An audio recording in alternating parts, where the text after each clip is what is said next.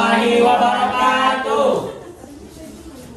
Baik, yang saya hormati Ibu Kasifah Azam SPD sebagai guru pembimbing dan senior saya bawakan teman-teman sekalian.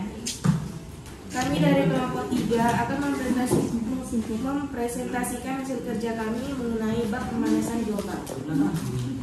Perkenalkan, saya Cynthia Rionita sebagai moderator. Perkenalkan, saya Srina Yanti sebagai pemateri. Perkenalkan, nama saya Siti Pertiwi sebagai pemateri. Perkenalkan, nama saya Siti sebagai pemateri. Perkenalkan, nama saya Firman Ginting sebagai pemateri. Perkenalkan, nama saya Vincent sebagai pemateri. Baik teman-teman, langsung saja kita mulai materi pertama yang akan disampaikan oleh Irfan. Kepadanya dipersilahkan.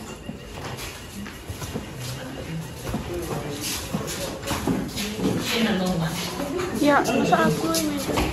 Moderator, apa itu pemanasan global? Pemanasan global merupakan kejadian meningkatnya temperatur rata-rata atmosfer, laut, dan daratan bumi. Perubahan iklim mengacu pada perubahan suhu dan pola cuaca dalam jangka panjang.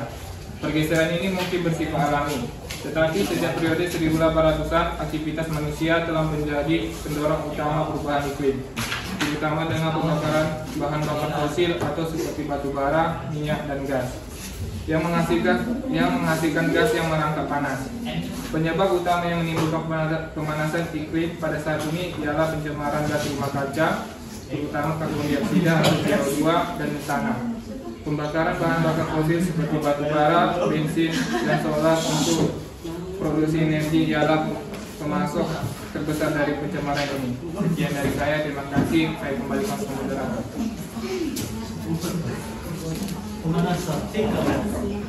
Terima kasih kepada pemateri Irfan. Materi selanjutnya akan disampaikan oleh Firman.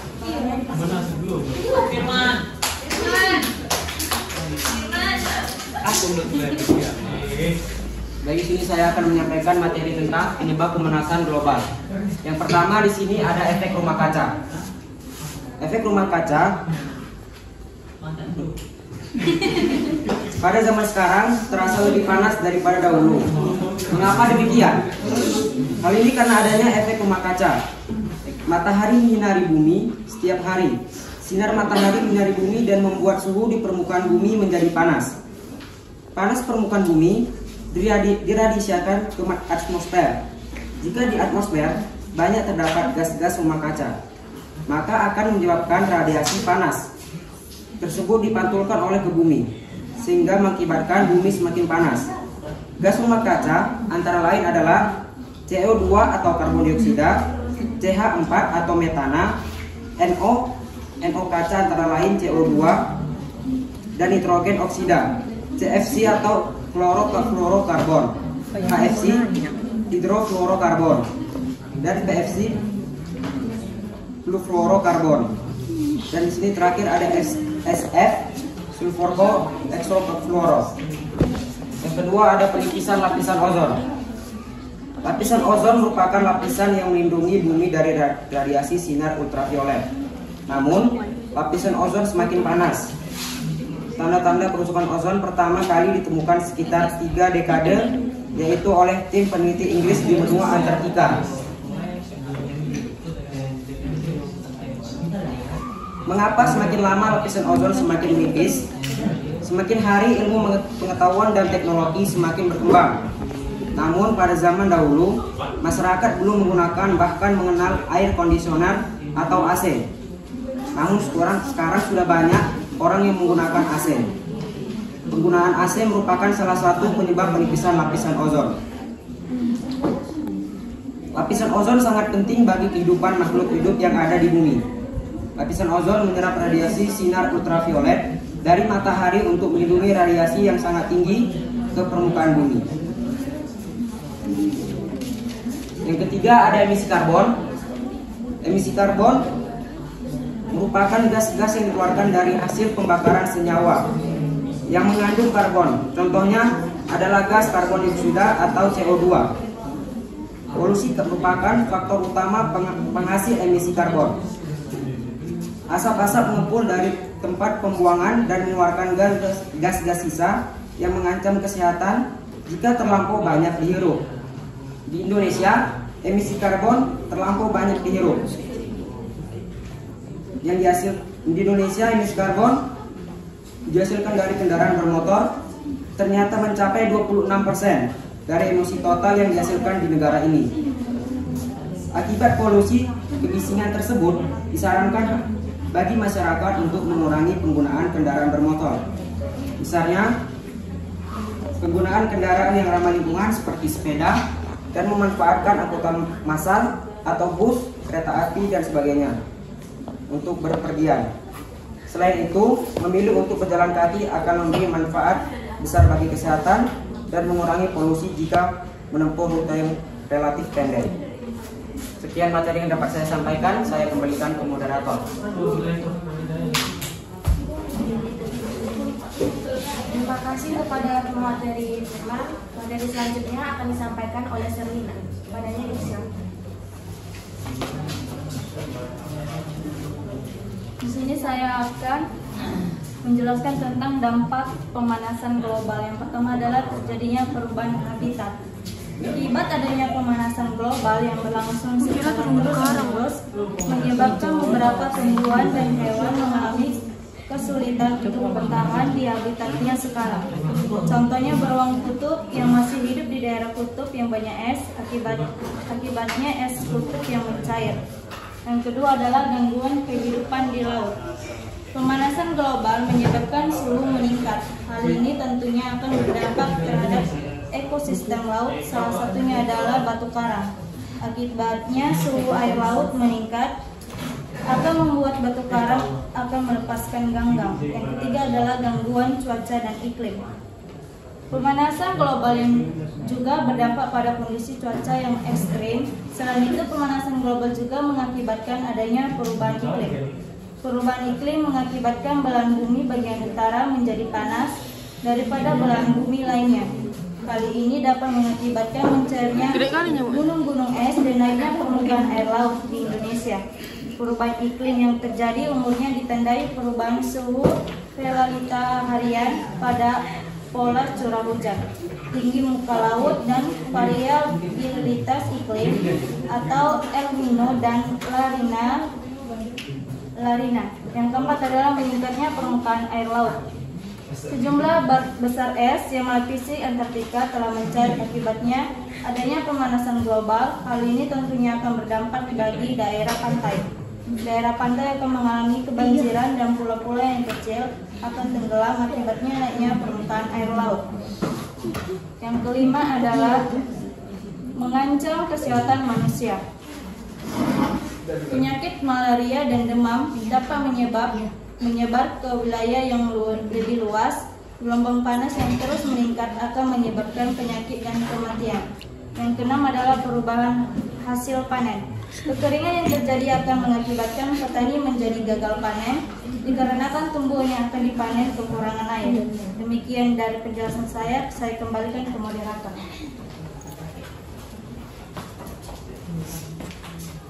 Terima kasih kepada pemateri Sergen. Materi selanjutnya akan disampaikan oleh Tiwi. Kepadanya kami persilakan. Apa Tiwi? Di muka songong. Yang materi C ini upaya mengurangi pemanasan global. Adapun organisasi yang dibentuk untuk mengurangi pemanasan global, yang pertama ada World Meteorological Organization atau WMO. WMO adalah badan khusus PBB yang menangani kerjasama antar bangsa di bidang meteorologi hidrologi dan yang berkaitan dengan sains kebumian sejak tahun 1873. WMO dibentuk bertujuan untuk meningkatkan layanan iklim dan setiap orang harus memiliki akses sistem peringatan ini selama 5 tahun ke depan untuk melindungi mereka dari bahaya terkait cuaca, iklim, dan air. Yang kedua ada Intergovernmental Panel on Climate Change atau IPCC, adalah badan ilmiah yang melakukan kajian secara berkala mengenai aspek ilmiah dan dampak perubahan iklim dan cara-cara menanganinya. Tujuan IPCC adalah mengevaluasi risiko perubahan iklim akibat aktivitas manusia.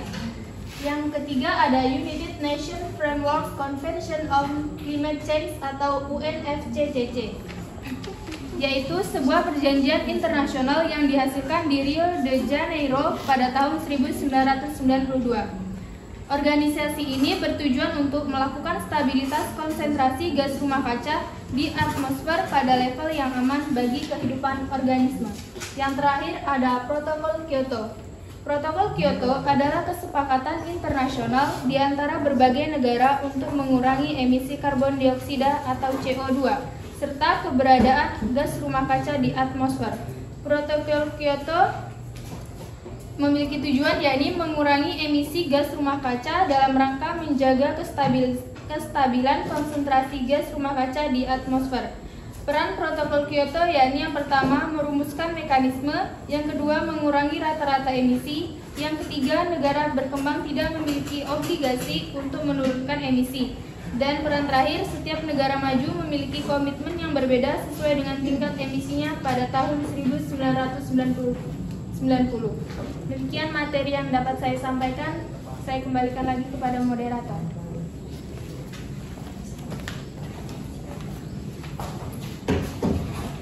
Terima kasih kepada pemateri Dewi. Materi terakhir akan disampaikan oleh Linda. Kepadanya dipersilakan. Baiklah, materi yang C, yang kedua, tindakan untuk mengurangi pemanasan global. Yang pertama adalah reboisasi. Reboisasi ini maksudnya adalah menanam pohon atau hutan secara kembali.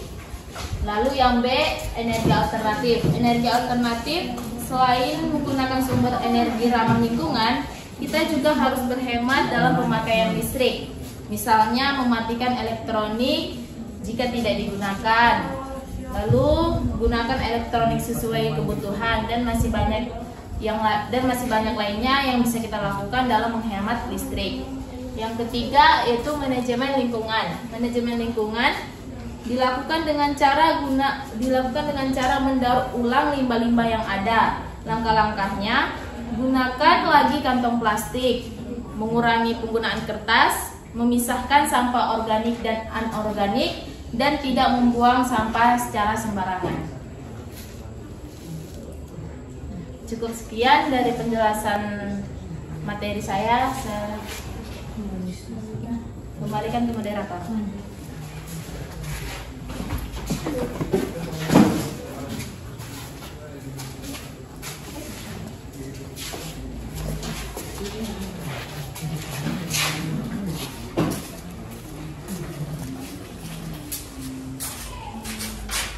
Baik, demikian tadi presentasi kelompok kami. Sesi tanya jawab akan dilanjutkan di pertemuan berikutnya.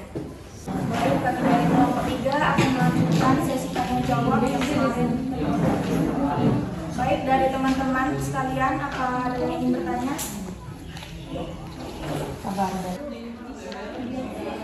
Baik, kepada pemateri dipersilakan menjawab pertanyaan-pertanyaan dari kelompok yang sudah bertanya.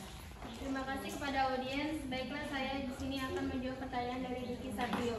Tindakan apa yang dapat mengurangi pemanasan global? Yang pertama, mengurangi penggunaan kendaraan bermotor. Yang kedua, menjaga kelestarian alam. Yang ketiga, mengendalikan limbah. Dan yang keempat, mengontrol pemakaian listrik. Ada yang ingin ditambahkan?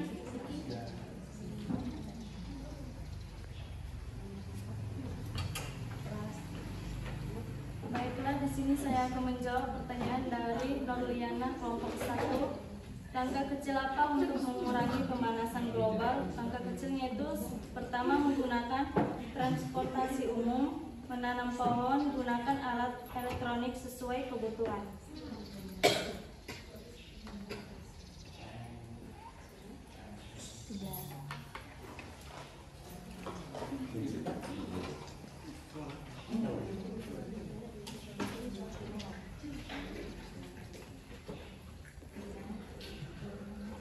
Baik, di sini saya akan menjawab pertanyaan dari Revanina, kelompok 4. Apa efek dampak rumah kaca?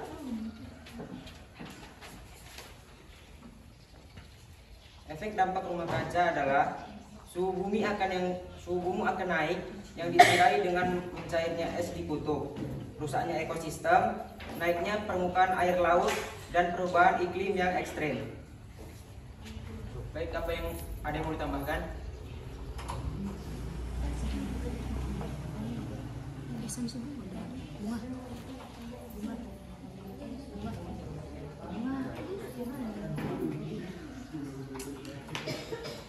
Baik, demikian tadi presentasi kelompok kami. Saya sebagai moderator mohon